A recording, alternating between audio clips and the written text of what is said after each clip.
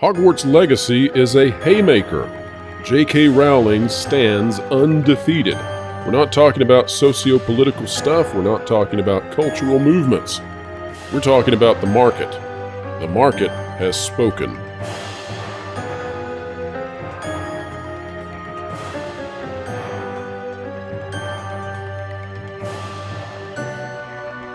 Well, hello, and how are you doing? Look at this. We've got a huge chunk of That Park Place individuals on here today. We've got Fat Steven, we've got Jonas J. Campbell, and we've got the one and only Valliant Renegade on here to talk all about Hogwarts Legacy and just exactly how much J.K. Rowling is winning. And winning she is. Let's get started just by reading this article that came out on That Park Place on February 13th. And then we're going to chat about the video that VR put out yesterday. Make sure that you go check that out. Link is in the description. But we're going to dive into just how much J.K. Rowling and Warner Brothers is winning with the Harry Potter franchise. And essentially, all of this nonsense, all of the commotion, all of the complaining about Harry Potter and the original author and how it goes against certain demographics, that can still exist. All of that can continue to play out, right? We can hear the squeals and the screams and the moaning, and maybe they're right. Maybe they are on the right side of history. There's no argument here for me on any of that, because what we're looking at today is the market has spoken, and it has spoken loudly. All right, so what we've got is from Jonas J. Campbell on That Park Place. It says it had a $150 million budget. And according to CNN, Hogwarts Legacy is expected to sell 10 million copies in its initial launch period.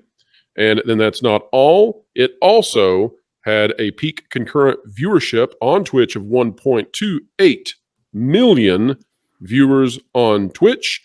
That means that this game is breaking all kinds of records. That means that all of the campaigns against the game, all of the campaigns against J.K. Rowling, all of the campaigns against Harry Potter as a franchise, they are essentially meaningless in terms of their effect, meaningless in terms of the marketplace. This thing is done. Stick a fork in it. They can moan. They can cry all they want to. Maybe they're right, like I said, but this is it. We're going in a new direction, and that new direction is going back to Harry Potter, no doubt. Now, take away, Jonas. Go for it. Just to add some clarity to those records right there, that streaming record was set before the game even officially released. Only users on PC that had the deluxe edition were allowed early access, and they broke the concurrent streams record for a single-player game before the official launch of the game. Now, quickly, Jonas, that was PC, I hate to correct you, and next-gen consoles, because I was on PS5 and I was playing that midnight. So, yeah, everyone else on the last gen still have to wait, and it's going at a very slower pace for all of them.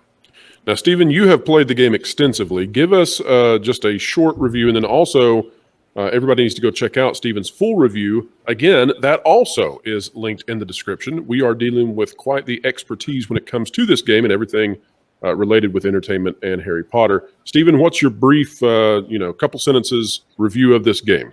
35 hours in, and I am not bored, and I'm always getting surprised the next day. What's the closest thing you would compare it to? It is its own mechanism of life. Wow. Well, that's one thing. It is alive, whether it's the castle or you're outside the castle in the towns.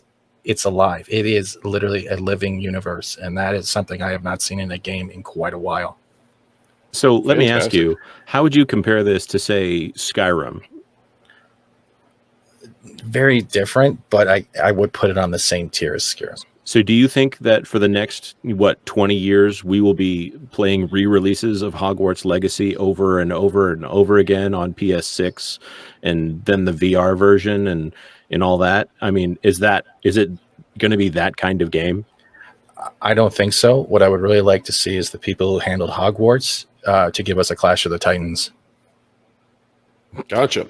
Now, Jonas, you had a comment sent your way about the Harry Potter franchise, I believe. Correct me if I'm wrong, but somebody, when you were talking about how much money that this game has made, I think somebody said that a lot of fans pressed the purchase button with their middle finger. Is that what was said?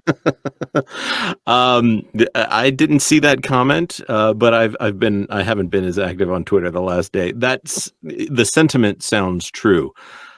There are a lot of people who maybe hadn't even considered buying a next-gen console that went ahead and got a next-gen console so that they could buy this game because it became a cultural touchstone for reasons that are debatable anyways. But either way, it became this little cultural totem to say, no, I stand with Harry Potter. I stand with this ostensibly clean content. And the debate about whether or not J.K. Rowling said things that were over the line.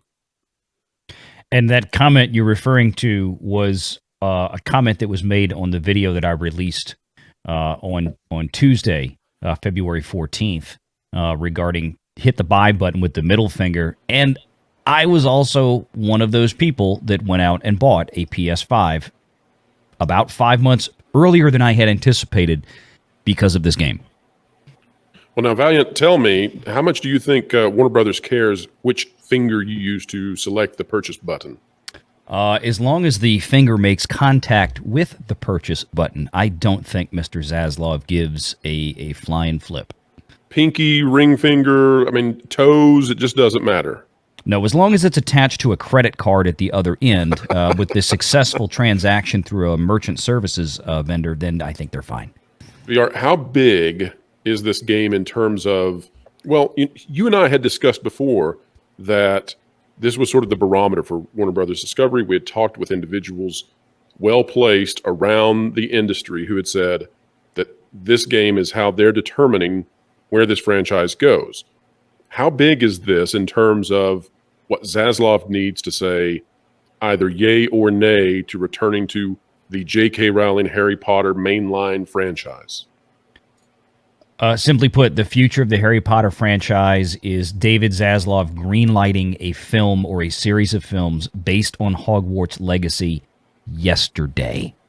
And it doesn't matter. It doesn't matter if there are people out there complaining about her, if there are people who feel that this is a slight against a group of people. I mean, it may matter in some moral sense. And again, we're not making any kind of moral judgment in this video. There's no moral commentary happening. But in terms of just the market, this thing's over, right? It's over. No, it's totally over. And it really just goes to show from a cultural standpoint how completely artificially, vastly over-amplified certain groups of screaming folks are out there that don't like a game because of a tacit connection to an original creator. That it's just the whole thing was nuts. But it was made to seem like this was a huge movement and everybody and their mom was in on it, and then nobody should buy this game, and the game was going to crash because of, comments that Rowling made in support of women or so on and so forth. And the reality was nobody was listening. Nobody cared what they had to say. They just wanted to go play a Harry Potter game. And it's a really good one. Yeah. And she herself is, well, either the most successful woman in history in terms of literary success and, my gosh, maybe financial success, but she's also out there rekindling this franchise. It would seem she'll have a dramatic impact on how this goes forward, I would think, into a next phase. Stephen, as you were playing this game, did you find any aspects of it in your time that are divisive or may feel ideological? Did you feel that individuals may be harmed by playing this game, or that they might be gravely offended by playing it? No, the first thing I did before starting the game was check under my bed for monsters. There was none. There was no extra cases hiding underneath. What I did is I turned on the game. It started, and I got the pretty much escapism. I created my wizard. I jumped into the story that was happening. The cutscenes played. It has nothing out of the ordinary than giving what Harry Potter's fans want. So you're saying that there were no. You were able to forget about balloons perhaps floating overhead being shot down like it's a continental gender reveal party. You're saying that you were able to forget about explosions in certain states south of where you're located that maybe causing all kinds of environmental problems, and you were just able to relax and play a game that's separated from the real world and all the real world problems. Is that right? Yes, Your Honor, that is correct. What I like to say is that this is a game that appeals to the full spectrum of ages and both genders. Excellent. And that's a key point because look, the escapism. Hell, I forgot it was 2023 in the 2 hours I was playing the game. But I think one of the reasons this game is such a big success is exactly what Jonas just said. If you look at some of the games that Hogwarts Legacy has taken down from the top of the charts in terms of sales figures, those games like Cyberpunk or Skyrim or Elden Ring tend to kind of gear more towards an older, more mature audience, usually because of the content that is inherent in the games themselves. This is a game that is going to get that whole same crowd, but is also going to be played by my 11-year-old, right? I'm not going to let my 11-year-old play Cyberpunk or something like that, but he'll play Hogwarts Legacy. And we're seeing that, evident in the sales figures for this game to this point. Now, Jonas, as I'm thinking through the last year of what's been the most successful media properties out there, I'm thinking about Top Gun Maverick. I'm thinking about Avatar: The Way of Water. I'm thinking about Minions: Rise of Gru. Now I'm thinking about this game, and we can keep going down the list. Everything that I think of seems to be dramatically devoid of anything woke or political or divisive. Everything that has been extremely successful seems to me to be part of this escapism we're talking about. And when I think about the most colossal failures that have either occurred in the last 12 months or that we're looking at over the horizon, they're all still fully involved in the divisive politics and the divisive ideologies of today. Jonas, do you think that we're now exiting this period of time where Hollywood and the media at large was trying to placate people who were part of that movement? Are we now entering a time when we go back to the sane middle ground? I would say I'm not ready to say that they are actually going to throw in the towel and say, here, have your movies without messages in them. But when you look at this, and Harry Potter is traditionally, especially because it comes from literature, and especially because it is a young boy who learns by study and is very reliant on the image of his mother. This is a very feminine leaning franchise, but at the same time, it has appeal to a male audience. And when you look at Top Gun, you have a very masculine, traditionally masculine premise here, but there's also a female pilot. And that is the only thing that is remotely woke about that is the presence of a female pilot. And I'm not saying it's woke. All of these things that when you take them in their natural form and they have something that everyone can relate to, it just allows you to market to as many people as possible. And when you try to force it, when you take a traditionally masculine franchise, like say comic book franchises like Marvel or DC or Star Wars, which so many men have attached to for all of their lives, and try to say, no, you can't enjoy this anymore, they'll take it to heart and they'll say, okay, I'm out. Whereas Hogwarts and the wizarding world, let's limit that to Harry Potter. It's something that has appeal across the board. As you said, I think the entrenched messaging in Hollywood, there's at least a few more years of what's in the pipeline and people that are insisting that this is the way to go, and people in diversity, equity, and inclusion offices that have the Hollywood version of the deep state, that have an entrenched bureaucracy that they want to stay there and they're going to fight, and they can play the cards that they want to play to stay there, that are very effective because they know what to say to stay in power. I think we've got a few more years before I'll be giving up my personal crusade to make sure that everyone is aware of how the content is being messaged. That's right. You're gonna stomp out that flame. It may keep coming back. You never can tell. So keep dousing it. Keep dousing it, Jonas. Here it is. VR. question to you, I don't know if you saw the article today from That Park Place about the 100 years commercial that aired during the Super Bowl from Disney. But it's essentially a collage of all sorts of Disney properties, movies, shows, etc. And it's intended to build nostalgia. And so this one company that measures the audience response to major commercials, they came out and said, this is astronomically well received. It's in the top 1%. I mean, it blew anything else out of the water. I noticed in that commercial, and I don't even know if you've seen it, but there's nothing in that commercial that is divisive or political. They left out Lightyear. They left out Strange World. They left out anything that was remotely controversial. I'm just wondering, are other companies now catching on? And do you expect when we come back to the next meeting with Warner Brothers, with David Zaslav, or do you expect that we're going to now go full speed ahead into whatever this is, whatever this non-divisive Harry Potter thing is that maybe the extreme political spectrum won't like, but most of us will? I would say undoubtedly. I think especially with Warner, Zaslav, as we've covered a number of times up to this point, and will be again next week. Matter of fact, February 23rd, 4:30 Eastern, the earnings call for Warner Brothers Discovery. That look, Zaslav does not much care what is being said out there in the social media atmosphere. He is there to do a job. He is there to turn the financial situation of Warner Brothers around.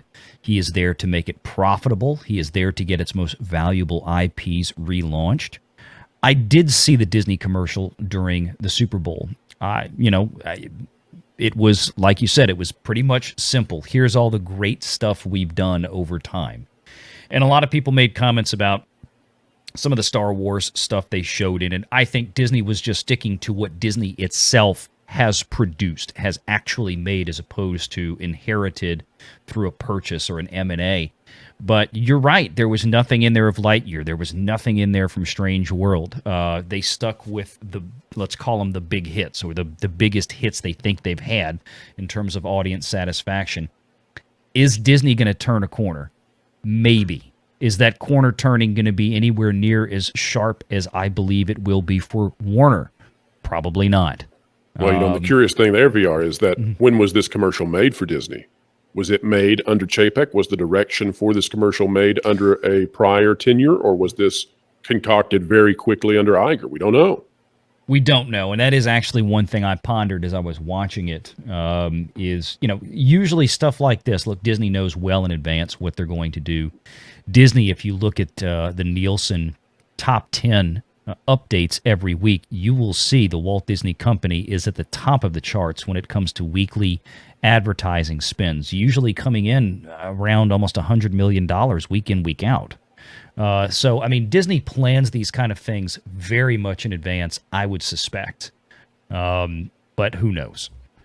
Stephen, what do you think about the idea that the protesters, those who they were actually even trying to keep names of the people who were streaming this, they wanted to use that to blackmail them or treat them poorly, or whatever the case might be. But what do you think of the theory that the backlash against this, which seems to be minuscule now, very vocal, but minuscule in power and potency, what do you make of the theory that actually brought more attention to the game and increased its success overall? I think it did, because it was still a very minute number of people causing and screaming and reeing against the game, trying to tell other people, we will mock and shame you if you decide to play or stream this. What they did was cause the reverse. The people that did stream it and stand on their own two legs probably got a growth in not only viewership, but like-minded individuals themselves. You can't just yell and point fingers and tell everyone you're going to be this if you do this, because more people are going to make the decision for themselves. And that's been an ongoing fight for, let's say, the last 5 to 10 years. People trying to cancel, sorry, I hope I can use that word, or tell people no because it doesn't fit their values when it's really none of their business. Well, it seems to me that whatever J.K. Rowling is attached to in the future, I don't think that has any market impact any longer. And I think this is the death knell to that. I think we're moving past that point. There will be people who continue to protest anything she's involved in, and it will have the same impact that we've seen with this game, which is to say that this game is one of the most popular video game launches ever in history. Let's go through and do final thoughts real quick. And as we do, make sure that you tell everybody where you can be found. We'll start with VR. Any final thoughts on Hogwarts Legacy, the game that got you to buy a PS5? Yeah, I mean, I was waiting till June and July when Diablo 4 and Final Fantasy 16 later this year were set to come out, and here I am buying a PS5 just so I can play Hogwarts Legacy. The game is everything that Steven says it is. Obviously, he's much further along than I am. Heck, my son started his own version today on his own character, and he's already passed where I am. So, I mean, it's just one of those games. It's amazing to watch. It's breathtaking, and it's a very immersive story. You get lost in it.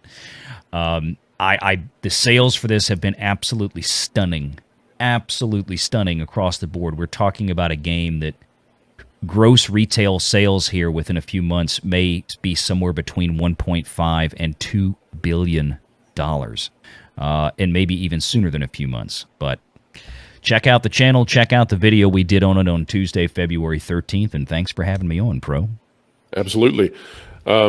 Jonas, there was a person who worked for the company that made this game who they say that they're not going to purchase it. It's the least they can do. Which doesn't seem like much, but give us your final thoughts. Any thoughts on that one? Well, it was a mocap person, if I'm not mistaken, and it seems like they probably got paid to do the work. So well, least you could do might have been not doing the job that made the game. That's right. We all take our stands in our own little ways for reasons. There have been people that, when we tweeted out this article, that decided that they wanted to try to spoil the game by listing 2 plot points. Now, the great thing about video games is if the game is solely based on story, then it'll be one and done, and nobody will want to play it. But in this case, it seems like Skyrim or like Elden Ring, no one cares what the plot is because the game is fun to play as it sounds. You are the plot, it sounds like. Yeah. It seems like one of those games where maybe you'll get around to the main quest, but there seems like there's so much to do here. I really think this is a game that we're going to be talking about for a long time. I won't be surprised if they announce DLC soon. This is a franchise that is everything that Disney wishes that Marvel and Star Wars was. And you got to hand it to Universal for their theme parks and Warner Brothers for this franchise. They are in the motherlode right now. They have a gold mine on their hands, maybe a diamond mine, and they're just going to keep going. And if they can keep the divisive issues away, then nobody will have anything of substance to say to stop people from continuing to purchase. And that 1.5 to 2 billion, that's before we talk about merchandising and DLC and all the things that they could do now that they know that they have everyone's attention. Now, Jonas, I believe you just put out a video. Where can people find you on this great, big, beautiful web? Oh, yes. This morning, this Wednesday morning, the 15th, the first video in a series on Star Trek Picard called Everything Woke About Star Trek Picard. Part 1 came out on the Jonas J. Campbell YouTube channel. Thank you for reminding me to talk about that. Well, I'm sure there's just a little bit of material vested inside that show for you to be able to riff off of. Oh, my.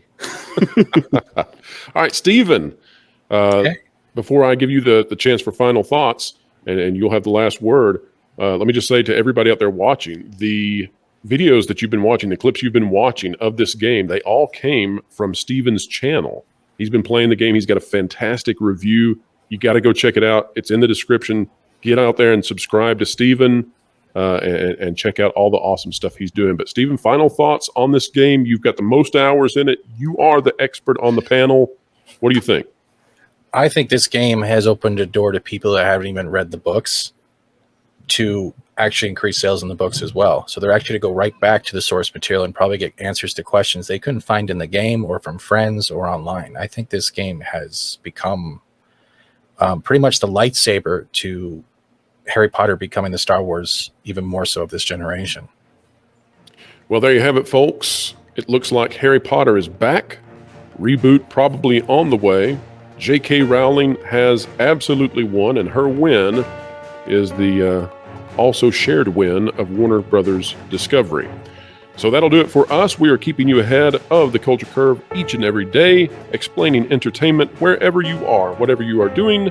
Keep learning, keep growing, and keep having fun. And Pro, mischief Yes. managed. Mischief managed.